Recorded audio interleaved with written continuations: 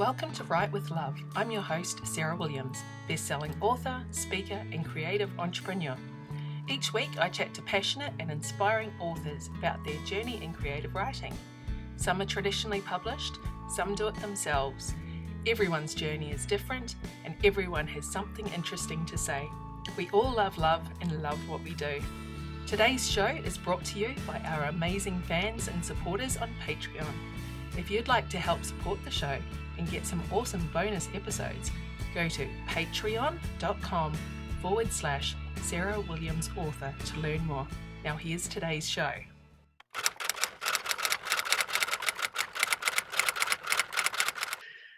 G'day and welcome to Write with Love. Today on the show, I'm chatting to Vanessa Riley. Thanks for joining me today. It's my pleasure. Excellent. So I'm talking to you over in America, so there will be a delay for everyone listening. But you write historical fiction and historical romance, including Georgian, Regency, and Victorian eras. They feature hidden histories, dazzling multicultural communities, and strong sisterhoods. Love it. Absolutely. It's my pleasure to because I firmly believe that women have had are key to the progress that we've made, and the sisterhoods are so important because that's how you get through the day. Yeah. A great man is great, don't get me wrong. And love is wonderful. But having your sisters around to confer with, to talk things through, the plot, to plan, I think is very important. And I think that's how women have been able to survive so many things and make progress. Yeah, absolutely. So can you tell us a little bit more about yourself and how you got into writing what you write? Okay, I have been professionally published since 2013. Ever since I was a little girl, my mother really stressed the classics. So I'm a Shakespeare lover, Bronte, and of course Jane Austen. And then I've done through college, took a lot of Western civilization courses because to me it was just fascinating era. You know, everything from Caesar to the Victorian era, the migrations. I just love all that. And it's funny because I'm an American, right? But I love the history of everywhere else in the world. Go figure. Yeah. But I'm also, from my mom's side, we're Irish. My father's side, I'm from the West Indies. Born in America, so I'm a melting pot of fun, right? So I've really been doing a lot to research for all the different root sides. So it's a great deal of fun. But once again, I was traditionally published in 2013, and the more my research, the more I see that there have been gaps in our history.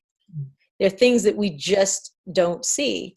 We go back to my love of Austen, Pride and Prejudice, Persuasion, all these different books. And then I stumble upon, when I was in my teens, Sanditon, which was her very last book. And the wealthiest woman in the book is a mulatto woman from the West Indies. Jane Austen, the patron saint of Regency, the woman who we now crown with making this particular genre, is writing about a woman of color being the wealthiest woman in the book. Jane wasn't a historical writer. Jane was a contemporary writer for her day. She's writing what she saw. So if she's putting this person in a book, she saw someone that modeled this in her life. So it's so much more common. We need to grapple with that, and nobody's writing about that. And so I'm very happy to be writing about it and bringing some of these stories to bear. Yeah, no, that's fantastic.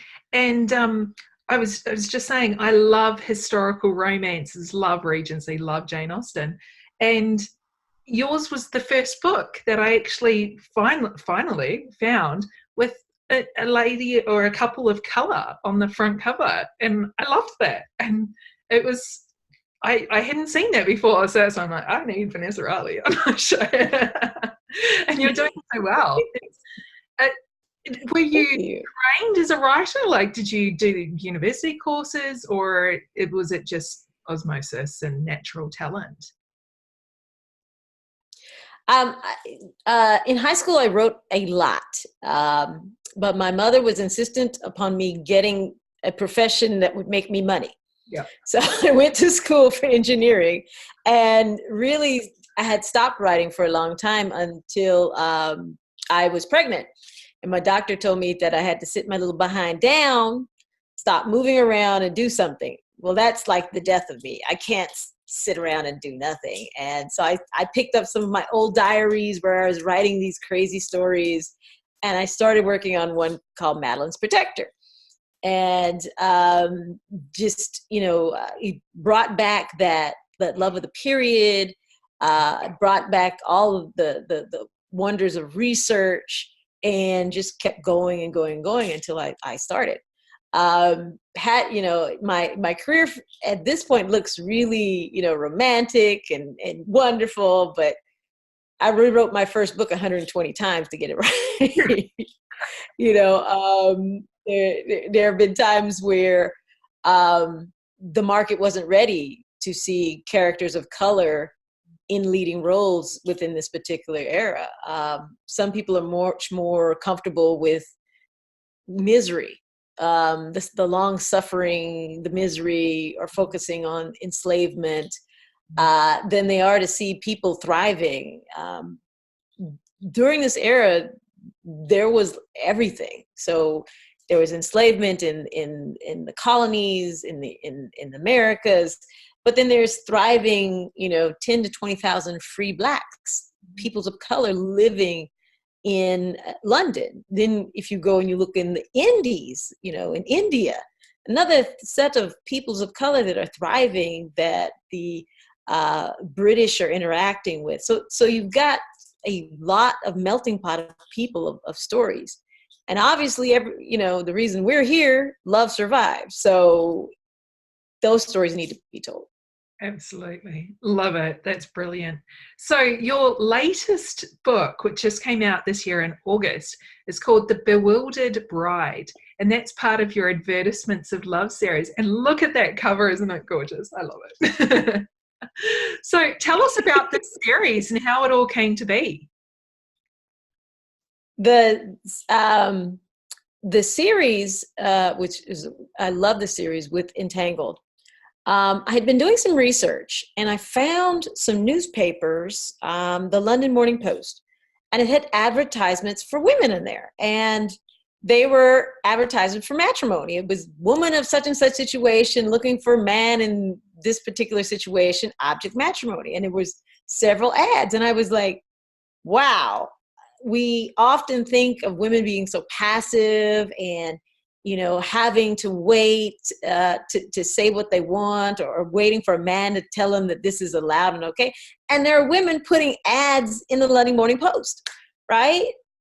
So as I thought about women of color during this time frame, they may or not necessarily be going to Almax to find a man, right? What if they put ads in the newspaper? So that was the genesis of the series. And of course, you have to have those comedic / slightly tragic twists of what happens when you put an ad in a newspaper expecting to find someone that you could get on with and marry, and all these other things happen, right? So in the first book, The Bittersweet Bride, it's, Theodosia is starting over. She married, we call her Boaz, this man who saved her from ruin, because the love of her life, she thought, died in battle. And it's 4 years later, she's widowed. There's an evil guardian that's trying to force her to marry, because we all know once you get married, all your assets and money go to that new husband. And so she's trying to beat him to the punch. If I can get married before my time of widowhood is over, I can avoid this evil man, basically marrying me for my money. And she's picking up her letters at the Burlingame Arcade, and wham, she runs into Ewan, who is her first love, who she thought was dead. It's going to be problems. Right. Especially since he was a little upset with her because he doesn't realize all the treacherous things that have happened. All he knows is that she married wealthy and he lost everything, and he's a little upset. Oh. But luckily, love heals all. So, but it. yeah, are each of the books in the series, are they different couples? Mm-hmm.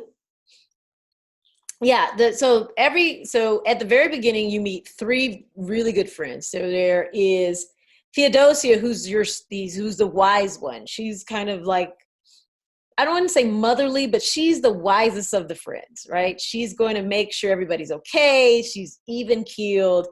Then there's Esther. Esther is your friend who has advice for you. She won't ever take that advice, but she's always got advice for you. She's the shy one. She's her family has kept her safe from the troubles of the world. So she's really sheltered, and there's nothing better for a sheltered girl to try and elope with a man she doesn't know in a carriage heading to Gretna Green. A 5-day lovely. What would happen if two complete strangers are deciding to get married, and the troubles that happens when you're going to Gretna Green. That is kind of my road trip story. The ride or die friend, the one, like, if you get in trouble, you the one you need to call. If you get in trouble, she'll help you bury the bodies, then talk about it later. Frederica is the biracial daughter, the illegitimate daughter of the Duke of Simone. And she's trying to outrun that legacy of her mother being this exotic courtesan, and all of her father's, lecherous friends are like, woo, because Frederica's beautiful, but Frederica is the kind of woman who wants to make everything perfect and beautiful. So she's running from that, and now people are discovering that these women have been putting ads in newspapers. So poor Frederica has a stalker. And she, the night of her father's wedding, which is traumatic for Frederica because she's been taking care of his household since she was a small girl. Now he's got a new wife. She doesn't have any place. Her place was to take care of her father. And now he's married, so he's got a wife who should do that. She doesn't know what to do. She's got a stalker. And unfortunately, he's drugged her the night of her father's wedding. And so she falls into bed with her very good friend, Lord Hartwell. He's going to help take care of her now. And then the latest one, The Bewildered Bride, which was somewhat of the surprise book. Entangled wanted a fourth book, and I only had 3 friends. But one of the friends had a sister. And a toss-away line in The Bashful Bride was describing Ruth's disastrous elopement. Well, of course, we've got to go back and now look at this elopement. And these two, Ruth and Adam, are a really cool pair. They were deeply, intensely in love. They were married for 5 days, 5 wonderful days. Adam wasn't supposed to marry her. His father wanted him to pass. Adam is biracial. He could pass for white. His family is into these treacherous finances, and his father believes that they will kill Adam to take the barony, the title and the money and the peerage that he's supposed to inherit. And he wants him to live a safe life. I found in my research so many letters of mothers and fathers telling their children to pass because it was a safer way to go, a safer way to interact, become much more advanced in the military if they did that. But by marrying Ruth, he's telling the world, I'm a black man, because he's in love with this beautiful black woman. Ruth's father is a merchant who's gained his money through dealing in fabric. So the beautiful gowns and the fabrics, that's what he imports, and he sells to the various warehouses in Cheapside and whatnot.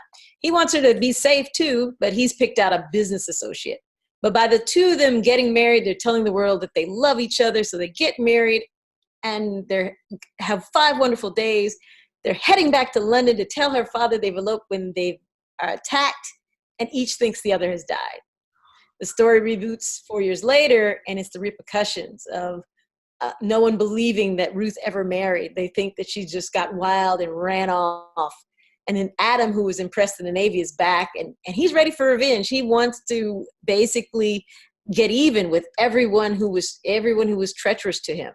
But now he's got to decide, what does he want more? Love of his wife or revenge? The bewildered bride. Yes, sounds fantastic. I want to go back to book 1 though and start from the beginning now. Oh, wonderful. So you also have a whole bunch of workshops that you can teach, and do you get a lot of teaching positions? I know you're involved in the Romance Writers of America as well. Yeah, I do. I have a number of workshops, and I'm going to be refreshing my stack for 2019. So often I'm asked to do workshops on being a hybrid author. I'm a hybrid author, which means I have both independent publications and then I have traditional publications through Babor, Kensington, HarperCollins, William Morrow, what we call a traditional publishing. So trying to help authors kind of understand that balance. Other workshops have been on how to get your words done, right? I've crossed my 300,000 word banner so far this year. By the time we're done, I probably should be at 375 for the year, 375,000 words written. There's a process on how to get that done. And so working with tools like Scrivener and fast draft techniques, I think you can get your books done. So that's one of the workshops I do. But on my website, vanessariley.com, it's everything. I speak to book clubs because I speak to wonderful people like you. It's just a lot of fun. I love this ride I'm on. I love this author life, and they're just you learn different things, and I love to give back. So I'm always available for a workshop. Yes. So contact me through vanessariley.com. Yes, that's it. And I will definitely be pitching you to a few people in the know down here. Australia, come on. So you've got a wonderful new series which is releasing next year. Can you tell us about that, please? Yes, so Rogues and Remarkable Women is being published by Kensington. The very first book in the series is A Duke, the Lady, and a Baby. So the genesis of this series is, think First Wives Club, the movie, meets 3 Men and a Baby. Lovely. So you have these hapless guardians who become the guardians for these small minor children, and this secret society of widows called the Widow's Grace. So the Widow's Grace was formed to restore women who've been cheated out of their money, their property, and in some cases their children. It's run by the wise woman, Lady Shrewsbury, and it's a cool organization, and it's all about women helping women. But in the path of this, of helping women, there's got to be a lot of foolery and fun and excitement that happens. So in the A Duke, the Lady, and a Baby, Patience Jordan has just broken out of Bedlam. The guardian for her baby infant son, 3 months old, or the fake guardian, threw her into Bedlam to get her out of the way. And so now the Widow's Grace has gotten her out, and she's literally sneaking into her old house, breastfeeding her child at night, dressed as a footman. That's while she's looking for information on trying to figure out the conspiracy of why they would try to get rid of her in the first place. The Duke of Repington is the baby's true guardian. He's fresh off the battlefield.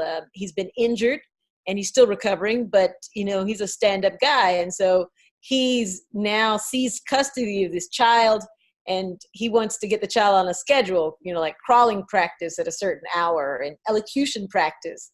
The baby's 3 months old, so there's fun here. So it's a fun series. I think people will enjoy it. It's heartwarming. There are moments of heart wrenching. I've got to bring that to you. That's my trademark. But there's also a lot of levity, because I love these kind of fish out of water scenarios. And when you see this tough general, admiral coming off the field, and he's got this little tiny baby, I think it's just hilarious. I love it. It sounds fantastic. I can't wait. So where can we find you? July of 2020. July 2020. Excellent. Where can we find you online and keep up with everything that you do? Absolutely. Go to vanessariley.com. vanessariley.com. It has all my social media. I'm very active on Twitter. I have several Facebook groups. And I'm trying to get my hands on Instagram. I'm working hard. It's just so hard to do everything. But on my website, vanessariley.com, sign up for my newsletter. It's getting ready for my Christmas cookie edition, be going out in December. But you can always shoot me an email, but all my contact information is at vanessariley.com.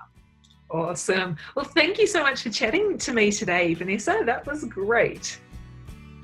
Excellent. Thank you for having me, and anytime. Thanks for joining me today. I hope you enjoyed the show. Jump onto my website, sarahwilliamsauthor.com, and join my mailing list to receive a free preview of my books and lots of other inspiration. If you like the show and want it to continue, you can become a sponsor for just a couple of dollars a month. Go to patreon.com/Sarah Williams Author. And remember to follow me on Facebook, Twitter, and Instagram. And don't forget to subscribe to my YouTube channel and leave a review of the podcast. I'll be back next week with another loved up episode. Bye!